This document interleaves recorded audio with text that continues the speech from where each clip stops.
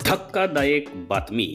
कर्मचाऱ्यांना वाढीव 4% जुलैचा महागाई भत्ता न देण्याबाबत पत्रक मुख्यमंत्री उपमुख्यमंत्री यांना सादर. आमदार प्रशांत बंब यांची जिल्हा परिषद शिक्षकांना 4% महागाई भत्ता न देण्याची मागणी. तर एकंदरीत नमस्कार मित्रमैत्रिणींनो, मी आहे तुमचा दोस्त आणि या चॅनलचा होस्ट मनोहर आणि आपण बघत आहात माझं यूट्यूब चॅनल एज्युकेशनल मनोहर. तर अतिशय धक्कादायक बातमी आज मी आपल्यासाठी घेऊन आलोय, ती म्हणजे आमदार प्रशांत बंब यांनी जिल्हा परिषद शिक्षकांना 4% जुलै महागाई भत्ता न देण्याची मागणी राज्याचे मुख्यमंत्री आणि उपमुख्यमंत्री यांच्याकडे केलेली आहे. तर या मागणीबाबतचं जे पत्र त्यांनी दिलेलं आहे त्याची सविस्तर पॉईंट्स आपण या ठिकाणी बघणार आहोत. तत्पूर्वी हे चॅनल एज्युकेशनल मनोहर आपण सबस्क्राईब करून घ्या आणि हा व्हिडिओ बघितल्यानंतर सर्व शासकीय कर्मचारी बंधू भगिनींना आपण शेअर करा. तर राज्यातील कर्मचाऱ्यांना माहे नोव्हेंबर महिन्याच्या वेतन देयकासोबत वाढीव 4% DA फरकासह लागू करण्यात आलेला आहे. सदर वाढीव महागाई भत्ता लागू न करण्याबाबत मुख्यमंत्री यांना पत्र सादर करण्यात आलेलं आहे. विधानसभेचे विद्यमान आमदार प्रशांत बन्सीलाल बंब यांनी शिक्षक मुख्यालयी न राहता घटनात्मक कर्तव्याचे कार्यपालन करत नसल्यामुळे तसेच शिक्षणाचा दर्जा प्रचंड खालावलेला असलेल्याने राज्य सरकारी कर्मचाऱ्यांच्या महागाई भत्त्यात देण्यात आलेली 4% वाढ ही शिक्षकांना देण्यात येऊ नये याबाबत राज्याचे मुख्यमंत्री उपमुख्यमंत्री तसेच शालेय शिक्षण मंत्री यांना पत्र सादर केलेला आहे. आता त्यांच्याच भाषेतील जे पत्र आहे ते आपण पुढील प्रमाणे पाहणार आहोत. राज्य सरकारी कर्मचाऱ्यांच्या महागाई भत्त्यात 4% वाढ केलेली जाहिरात आजच्या दैनिक लोकमतमध्ये प्रसिद्ध करण्यात आलेली आहे. त्याबाबत गांभीर्यपूर्वक कळविण्यात येते की मी वर्षानुवर्षे सतत शिक्षक मुख्यालय राहणे याविषयी काम करत आहे. राज्यातील शिक्षणाचा दर्जा इतका खालावलेला असताना तसेच शिक्षणासाठी गोरगरीब विद्यार्थ्यांची हालअपेष्टा करून राज्यातील पिढ्या बर्बाद होत आहेत. एकीकडे राज्यातील नवयुवकांना नोकऱ्या मिळत नाहीत, यांच्यापेक्षा जास्त मेहनत करतील असे नवयुवक राज्यात काम करण्यासाठी तयार असताना या शिक्षकांना इतका भरमसाठ पगार असूनही वारंवार त्यात वाढ करत असल्यामुळेच या नवयुवकांना नोकऱ्यांमध्ये सामावून घेता येत नाही. शिक्षकांच्या गैरवर्तणूक, भ्रष्टाचार, गैरव्यवहार इत्यादी प्रकरणांमुळे विद्यार्थ्यांना आवश्यक ते शिक्षण मिळत नाही. 6वी 7वीच्या मुलांना साधे लिहिता वाचता येत नाही अशी दयनीय अवस्था आहे. यासाठी 80% जबाबदार संबंधित शिक्षकच आहेत आणि मुख्यालय ठिकाणी राहत नसल्याने आणि शिक्षकी पेशाची इमानदारीने शिक्षण देत नसल्यामुळेच जिल्हा परिषद शाळांची अशी दुर्दैवी अवस्था पाहायला मिळत आहे.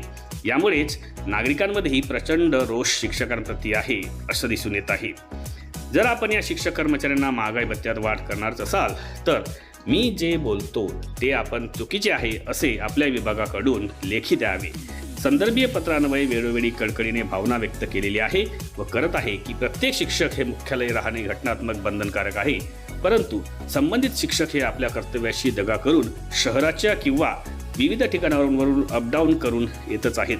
मी गेल्या 2 वर्षांपासून वारंवार घटनात्मक मागणी करूनही संबंधित शिक्षकांवर प्रत्यक्षात कडक अंमलबजावणी करण्याचे संबंधित माननीय मुख्य कार्यकारी अधिकारी हे मुद्दामहून टाळत आहेत. गोरगरीब जनतेच्या पाल्यांशी निगडीत असलेला व नवीन पिढ्यांच्या भविष्याचा इतका गंभीर विषय असूनही संबंधित शिक्षक व त्यांचे बेकायदेशीर संघटना वरिष्ठ अधिकारी यांना बळी पडत आहेत. तर यामध्ये त्यांनी समोर सुद्धा हे सांगितलेले आहे की शिक्षकांना मुख्यालय राहावेच लागेल व शिक्षणात प्रचंड सुधारणा करावीच लागेल, कारण की हा राज्याच्या पिढ्या बर्बाद होत असल्याचा विषय आहे. त्यामुळेच त्यांनी म्हटलेलं आहे खाली की मुख्यालय राहणे हा घटनात्मक सर्वात प्रखर व महत्त्वाचा मुद्दा आहे. शिक्षकांनी शाळेव्यतिरिक्त गावात राहणे यामागे गावाचे संस्कार दडलेले आहेत. तसेच घटनेस शिक्षक मुख्यालय राहणे हा प्रचंड अपेक्षित आहे. याचा अर्थ ते शिक्षक ही पेशाची बेईमानी करतायत. ही सर्व कामे तपासणेस व त्यांच्याकडून सर्व सेवा जनतेपर्यंत पोहोचविणे हे माननीय मुख्य कार्यकारी अधिकारी जिल्हा परिषद यांचे कर्तव्य असूनही ते पार पाडत नसल्यामुळे आता त्यांच्यावर आपल्यामार्फत कार्यवाही प्रस्तावित करण्याशिवाय दुसरा पर्याय नाही. म्हणून त्यांनी एक मागणी केलेली आहे. करिता जोपर्यंत शिक्षक व शिक्षकेतर कर्मचारी मुख्यालय राहायला जात नाही तोपर्यंत राज्यातील कोणत्याही शिक्षकांना महागाई भत्त्यात कोणती वाढ देण्यात येऊ नये. उलट राज्यातील जे घरभाडे भत्ता शिक्षकांना दिला जातो तोही बंद करून आतापर्यंत त्यापोटी घेतलेल्या रकमेची वसुली त्यांच्याकडून करण्यात यावी.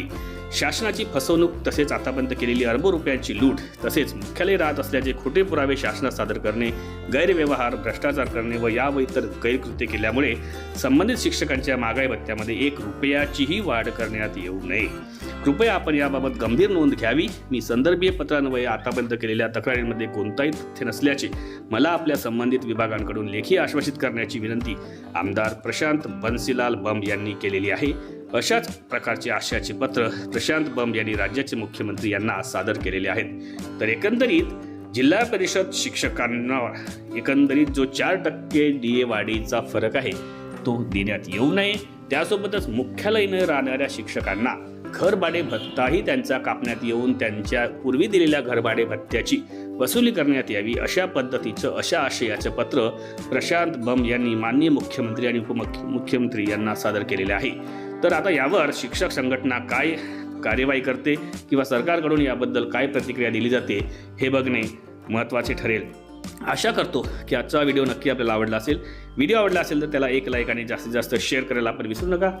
आणि हे चॅनल एज्युकेशनल मनोहर यावर आपण नवीन असाल तर आपण हे चॅनल सबस्क्राईब करायलाही विसरू नका.